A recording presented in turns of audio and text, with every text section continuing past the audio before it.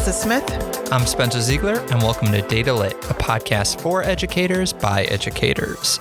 And Mellisa, it's spring. We're recording in the middle of spring. This is going to go out a little bit later in spring. So I want to start by just asking you, when you hear spring, what comes to mind? Pollen. Pollen? Yes. Okay, keep going. What else? What else? Daffodils. Ooh, yeah, that's nice. Nice flowers blooming, returning. Yeah. Like a rebirth, right? Because spring, I think, if I'm not mistaken, Easter always falls in spring. So like that sort of rebirth, renewal for all of the things that I messed up on with my New Year's resolution. That's usually my time to be like, kick it back up. Yeah. Let's see if we can get back on the horse. But yeah, like a time for renewal. What about you? Yeah, I think you hit all the major ones, but you did forget one when it comes to education. Oh gosh, what did I forget? Standardized testing. It's the time as spring transitions to summer, standardized testing. So yeah, we thought this would be a nice point to kind of look back. And this is a fun one for me, to research the history of standardized testing in America. So that's what we're going to do here. So quick caveat on the framing first, because we're talking about that kind of American history and standardized testing, oftentimes working through the government. That means we're not in this episode kind of hitting on some of like the indigenous groups and what education might have looked like there. And that's a fascinating topic. That might be a topic for another discussion. But for today, we're looking at what does standardized testing kind of look like throughout the centuries in American public schools. Okay. Yeah. All right. So the structure. So we have it divided into 4 parts, and we're going to kind of alternate. So I researched some, you researched some. But I didn't look into what you were going to share. So we're able to kind of learn together in real time. All right. Yeah. So the first part is the 1800s. Yep. And then we're going to look at like 1900s, 1950s, turn of the century, and then the year like 2000 onward. All right. Are you ready to step into the Wayback Machine? Yes. That's some fancy Doctor Who. All right, we're going back. Okay. There we go. Okay. Stepping in the TARDIS and going back to 1800s. And so really, as I was researching this, the kind of like the colonial period through the early 1800s, there's not really much standardized testing because there's not really much standardization of our schools. There's not really a public school system like we kind of think of. That's going to come a little bit later. At this point, it's really kind of church schools or kind of schools that require payments. Really just kind of focused on kind of the elites, quote unquote. All right. So with that, everything is fairly bespoke and decentralized. The big change, and something that kind of popped up to me as I was researching for today, comes with demographic change. So one of the sources that we're going to quote from a bit here is this fantastic book we'll reference in the show notes, Testing American Schools. Yeah. And they talked about something that I didn't really think about. Between 1820 and 1860, American cities grew at a faster rate than in any other period in U.S. history, as the number of cities with a population over 5,000 increased from 23 to 145. Oh. So you have this giant kind of boom in terms of people concentrated in an area. Yeah. And this urbanization, this immigration, it kind of resulted in a kind of need for some kind of public school system. In fact, a later philosopher, Hannah Arendt, who she's known for talking about like the banality of evil and stuff. She's kind of a fascinating person in her own right. Talked about that. Her theory was that this urge to Americanize all these new people coming here is what led to kind of the idea of a public school system. So that by 1860, of course, a majority of the states had established a public primary school system. Notice I say primary, the secondary is going to come a little bit later in our discussion today. So you have this shift from education being for the elites to the masses, for being to the few to the many. All right. But then with that, you have to figure out, okay, how do you do that efficiently and effectively? Mm-hmm.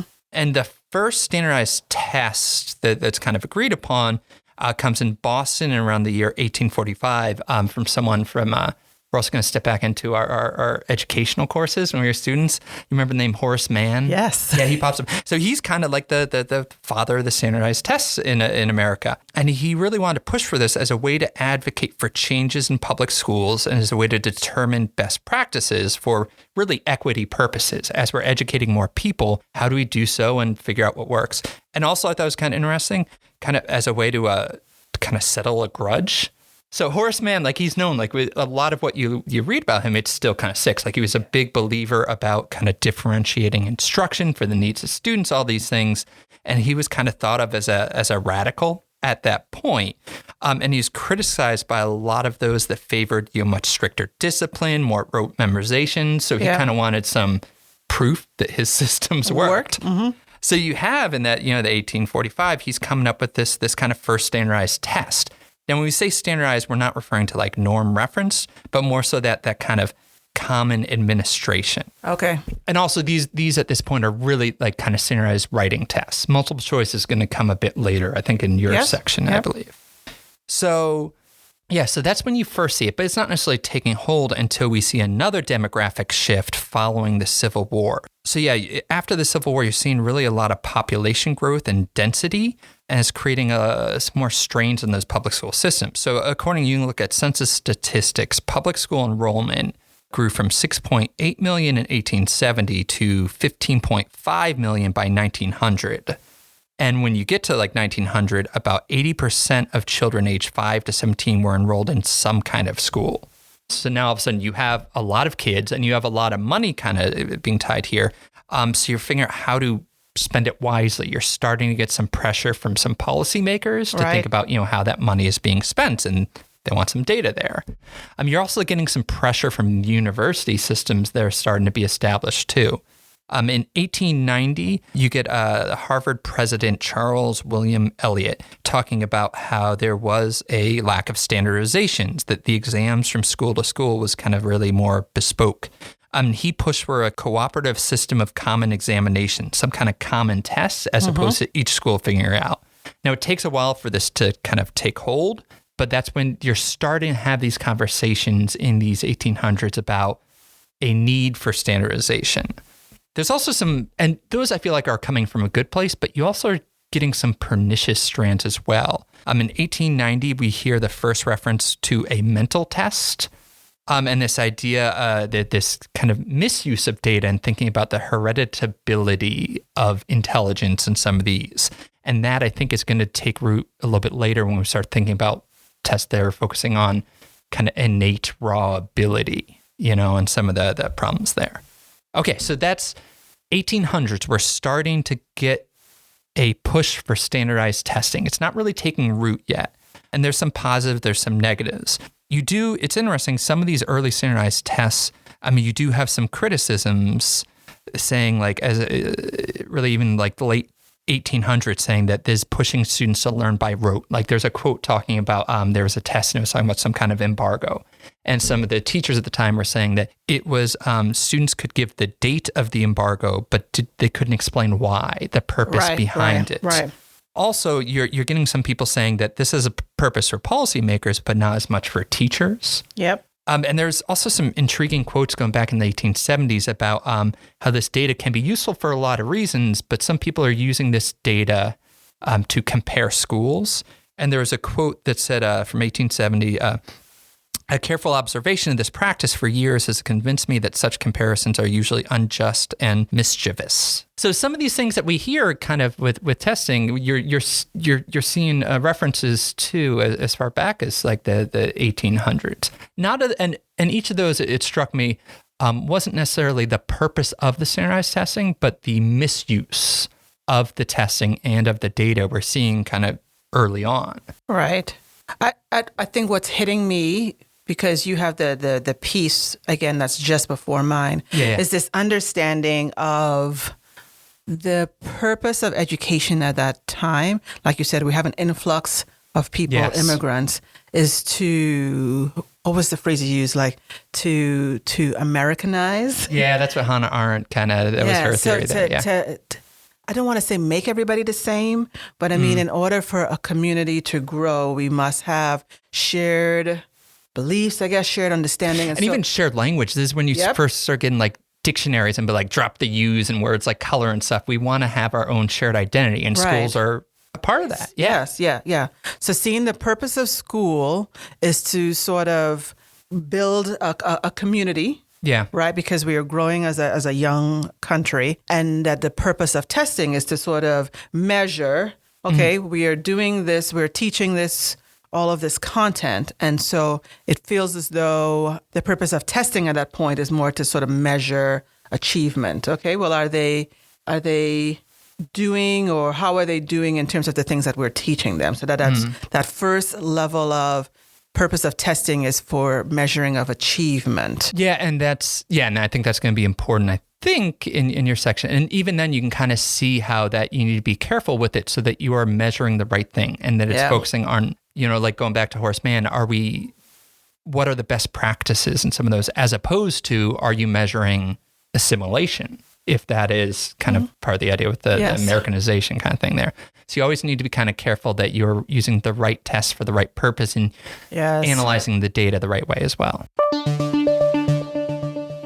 All right, so I think that brings us to you. So you got this kind of systematic call for standardization, and it's happening in pockets.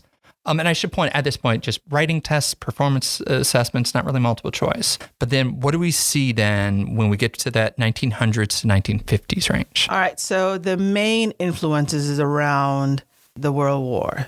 So with World War I, we saw there was the Army Alpha and Beta tests developed during World War I to sort soldiers by their mental abilities in order to quickly identify which recruits were capable of service and to assign them to jobs. So again, this was the beginning of that shift of not just testing folks to see how much they have learned, but can we develop a test that tells us, what are you capable of? What's your potential? And based on that potential, where can I place you? And to me, it sounds as though this was where we started a lot of that sorting and ranking kinds of behaviors that we see now. One of the other things that we did is this was the beginning of the development of group intelligence tests and a group intelligence scale. And it was considered at that time the largest social experiment according to the Princeton Review. So developing these two tests, there was an alpha test, and the research says the alpha test was for quote unquote normal kids or normal people. And the beta test was for subnormal. Now they don't describe, they don't describe what classified a person as to normal and subnormal.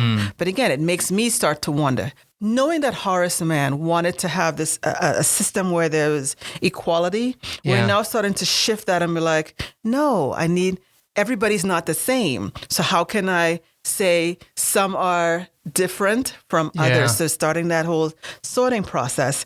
And so a wondering I had is, if this is the beginning of group intelligence tests, who made up the group? When all of these researchers are looking and trying to figure out, okay, what capabilities we would consider in terms of group intelligence, who's in the group? Who's not in the group? You can't just look at these things in a vacuum. When you start to get to the 1900s, and I was looking at, one curiosity I had, well, what was happening in the 1900s as well politically? Well, this is the era of Jim Crow. So again, I have to kind of wonder in terms of that, who made up the group? When these scientists are recruiting people to see, okay, is my test valid and biased? The backdrop of this is all happening in an era of Jim Crow. So did the group, was one test for one group versus another test for another group? Like those sort of things, I don't know. A wondering that I have is, what are the effects of the political climate that's happening as they're starting to do and create these standardized tests? Yeah, and that's been interesting with this, just the history of educational testing has so much to do with what's going on in the government and society around it. A lot of this is just the history of N counts. It's the history of denominators. It's the history of when it becomes too many people to measure the way you're previously measuring, then that all of a sudden creates rapid change in how you're measuring. What was also interesting too is this is the model that they use for the Army in terms of finding some way to recruit became the model for schools, right? In terms of this, we need some way to sort of rank and sort kids into groups, and so this is also a time when we were moving from highly specific curriculum-oriented achievement tests to tests of general cognitive ability. Yeah, that achievement to ability. Yeah. Yes. Yeah. And so what we're trying to think of, then what are the implications when we make that shift? Especially if they're moving from a setting where the purpose was for the military to now in our schools. Yeah. Like, what are the implications for that? You also talked about in your time period where, again, universities are beginning to ask, well, each university doesn't want to have its own admission stuff, their own admission test, And so this was also the time when the College Entrance Examination Board, which later renamed the Scholastic Aptitude Test. Which comes from those early conversations with the Harvard president. Yeah. Right. And again, good intentions. We want to unify the admissions process across the country. That sounds like a really wonderful plan. But again, if it's based on aptitude, what are the implications? Not just on achievement, but aptitude, where we're saying certain people just innately have a different aptitude just based on who they are. Yeah. How does that affect our equity landscape, on our equity discussions, if that's the mindset that we're going off of? Another thing that we had is this was also a time period where we saw the birth of multiple choice tests.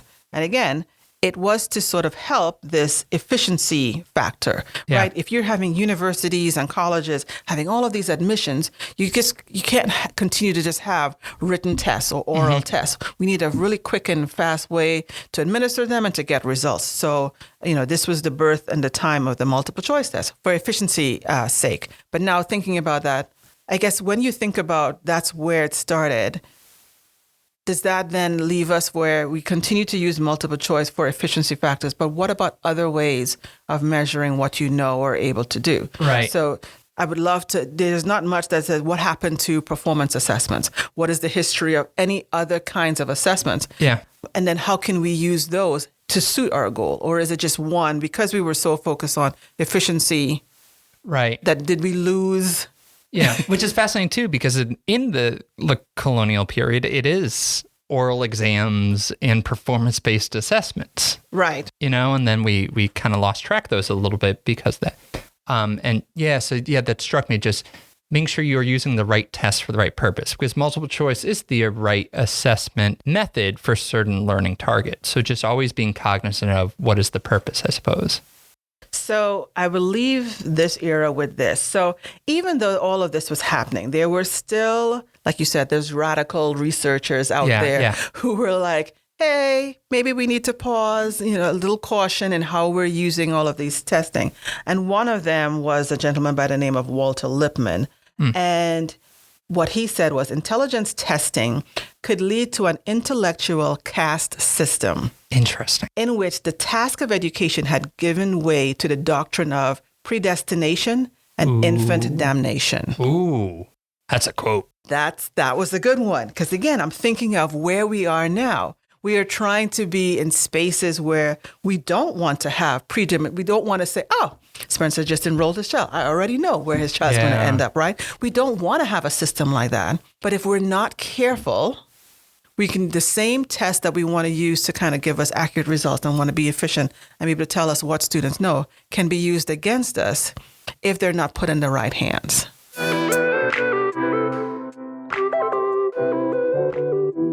Okay, we're back. So that's interesting. Okay, so you left off with the World Wars, and you do have this interesting standardized test or assessment that kind of comes out of the World Wars. Yeah, the actually co-creator of the ACT, Everett Lindquist, picked up on a problem that a lot of these kind of soldiers coming back from World War II, they maybe left high school before they got a chance to graduate. Okay. So from there, you have the development of the GED as a way to kind of gauge, do people have the skills that they're supposed to for people that weren't necessarily able to, finish their high school career. Okay. So I thought that was an interesting kind of piece of, GED, something that we still think of there and where the roots were. But it's interesting that we would think that they would still need something because even though they left high school, they went off to work. So how are we valuing work experience when they came back and said, nope, you still need this piece of paper to finish your learning because you left? So what was the value at that time of of that work experience when they went off. Yeah, true. How can we measure those pieces too? Yeah. And then, so the other piece coming out of World War II is just that the baby boomers generation. So again, you're seeing this kind of rapid change in education tied to demographic change. So enrollment in public elementary and secondary schools jumped from 25 million in 1949-1950 to 46 million to 1969-1970. So with that, you have, again, the end count is rising. You got to figure out ways to kind of make sense and to sort either in a good way to make sure people are getting what they need, or in a little more nefarious way in terms of that predestination, like you said. Yeah. Two big events in the 1950s, I think, are going to shape some of the things that we're going to talk about later. 1954, Brown versus Board of Education. All of a sudden, a little bit, increased focus on actually measuring opportunities and what some people have access to. And then 1957, Sputnik. And just a year later then, you have 1958 National Defense Education Act with this increased emphasis on we have to catch up. A lot of math and science. Military back again, okay. Yeah, military again, kind of pushing some investment into just how are we competing. On a global scale. Yeah, but so there's the demand, but there, again, it's just, there's the lack of standardization.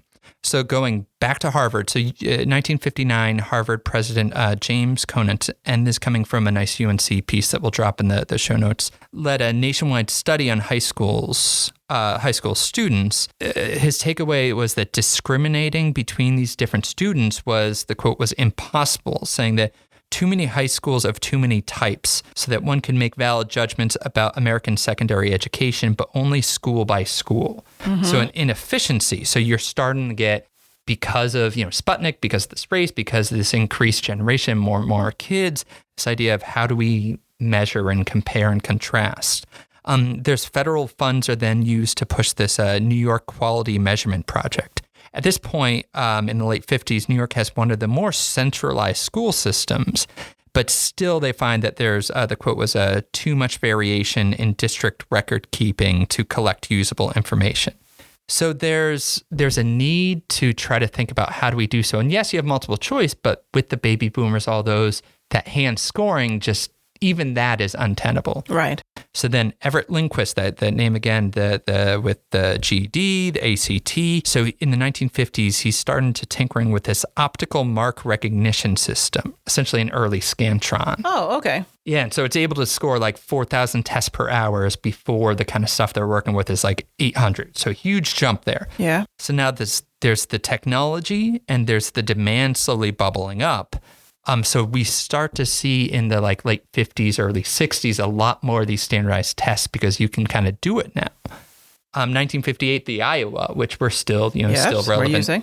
Yeah, that becomes computerized. So scoring and tests and production of reports, all of a sudden they're able to use it more efficiently. 1959, you have the ACT is developed as a way to complement the SAT.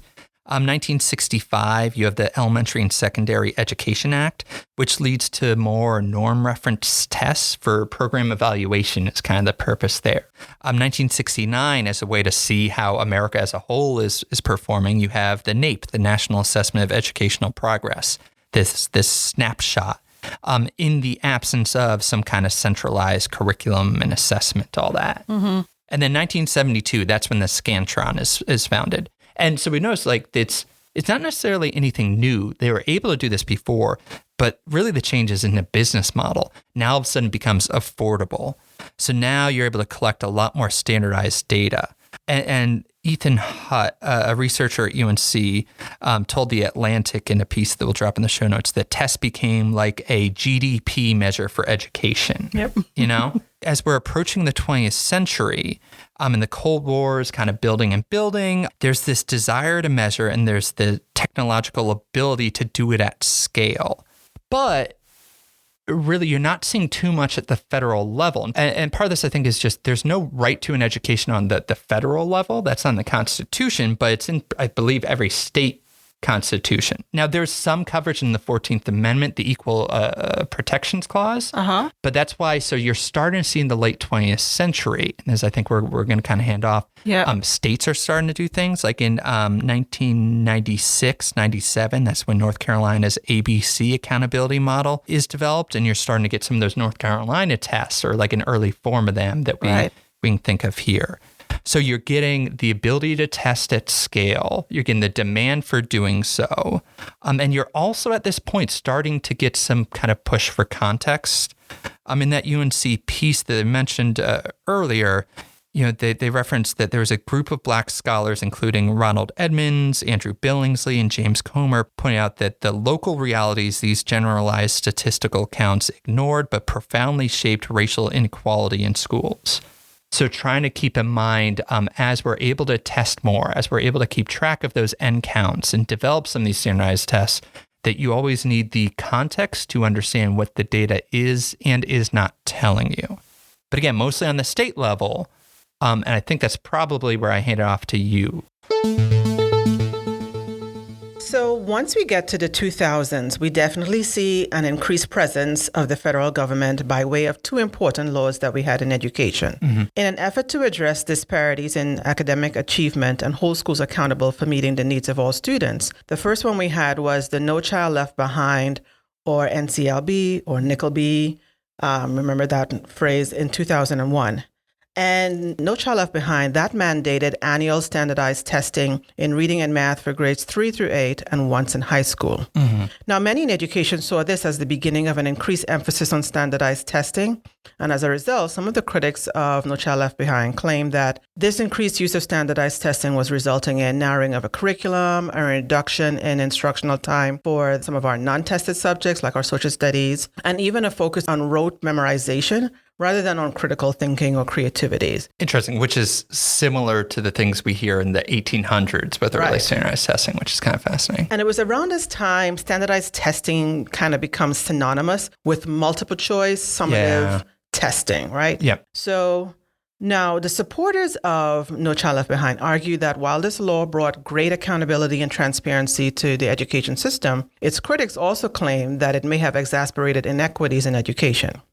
So moving along, the federal government now introduces in 2015 the Every Student Succeeds Act, or ESSA. Now, like No Child Left Behind, ESSA also requires annual standardized testing to ensure that schools continue to monitor student progress and to be held accountable for academic achievement. However, here comes the difference. We see the federal government also using this act to encourage a more holistic approach to accountability by providing states with some flexibility in designing their own accountability systems. I think one of the critiques about No Child Left Behind is that it tried to use this one-size-fits-all approach. Right. And so with ESSA, they were trying to give states some flexibility. So some of those things included the option to include additional indicators of school performance beyond test scores, such as graduation rates, student engagement, or even school climate.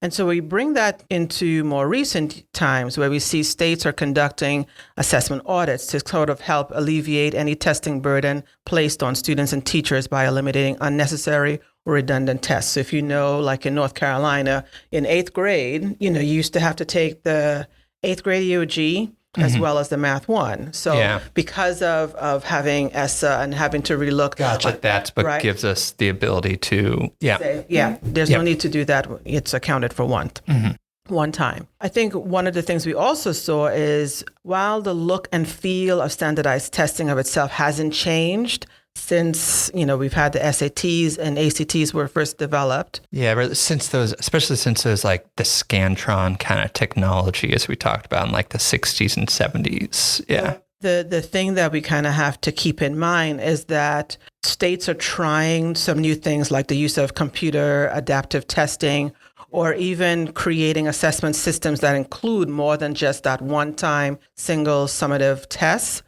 We have to be cautious that any of those changes or these new tests or flexibilities sort of causes us to sort of rethink how does that affect the elements of standardization, right? Yeah. So that uniformity piece that we talk about, the reliability piece, these new things have a way of throwing that off, because we've now gotten to a point where standardization is so routine and we know what it is, that any changes to it might upset that whole balance of what makes a standardized test a standardized test. And it's kind of this thread throughout the history as we take a look back, this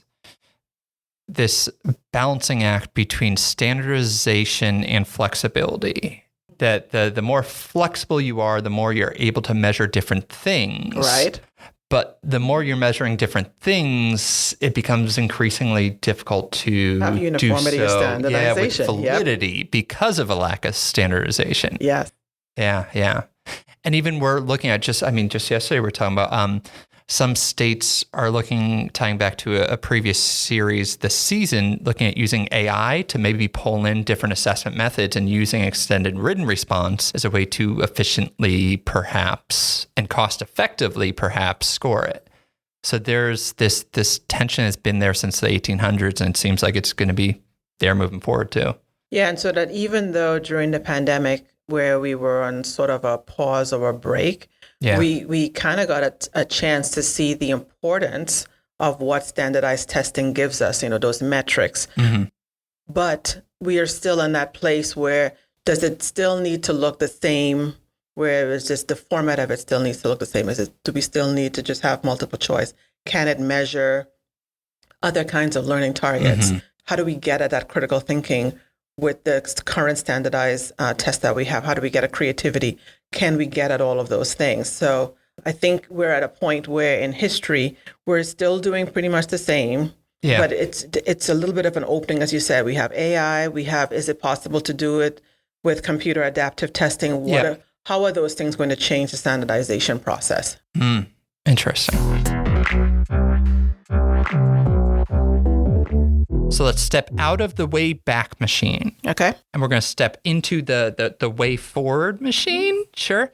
Okay. So a century from now, we're looking back and someone's adding another segment to this. And they're looking at, standardized testing from, where we are now through the year 3000 or something.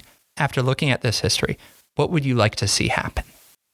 So what I'd like to see happen is for us to kind of unpack our standardized tests, given this history and the purpose and what they were for and all of those things, unpack it and rebuild it. Mm-hmm.